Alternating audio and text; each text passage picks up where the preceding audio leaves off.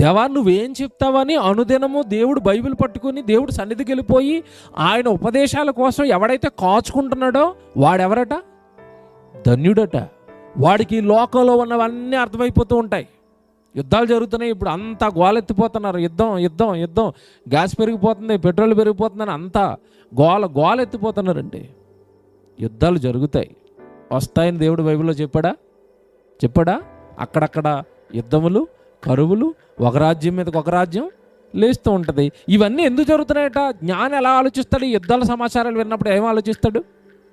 యేసుప్రభు ముందే చెప్పాడండి, ఆయన రాకడా దగ్గరగా ఉంది. ఇవన్నీ జరుగుతున్నాయంటే ఆయన రాకడా దగ్గరగా ఉంది. నేను సిద్ధపడాలనుకుంటాడు, కానీ అలాగనుకోవట్లేదు. గ్యాస్ రేటు పెరిగిపోయిందంట బ్రదర్ అంటాడు. నీ ఏమండి ఎంతకాలం బ్రతికిన ఈ గ్యాసు, ఉప్పులు, పప్పులు తప్ప బైబిల్లో దేవుడు చెప్పిన మాటలు బ్రతుకులోకి వచ్చాయా? యుద్ధాలు జరుగుతున్నప్పుడు నువ్వేం ఆలోచించాలి?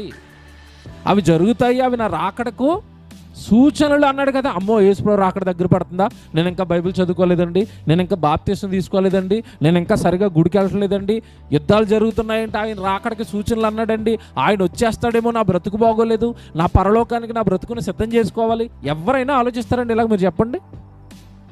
అంటే మనకింత జ్ఞానము, ఇంత ఆలోచన మనకి ఎందుకు రావట్లేదంటే మన భక్తి మొక్కుబడి భక్తి. రోజు దేవుడి సన్నిధికి వెళ్ళి వాక్యం వింటూ ఉన్నవాడు వాక్యంలో బలంగా ఉంటాడు, జరుగుతున్న ప్రతి దాన్ని ఆలోచించుకుంటూ ఉంటాడు. చివరికి వాడు ఆశీర్వదింపబడిన వాడుగా మారుతాడు.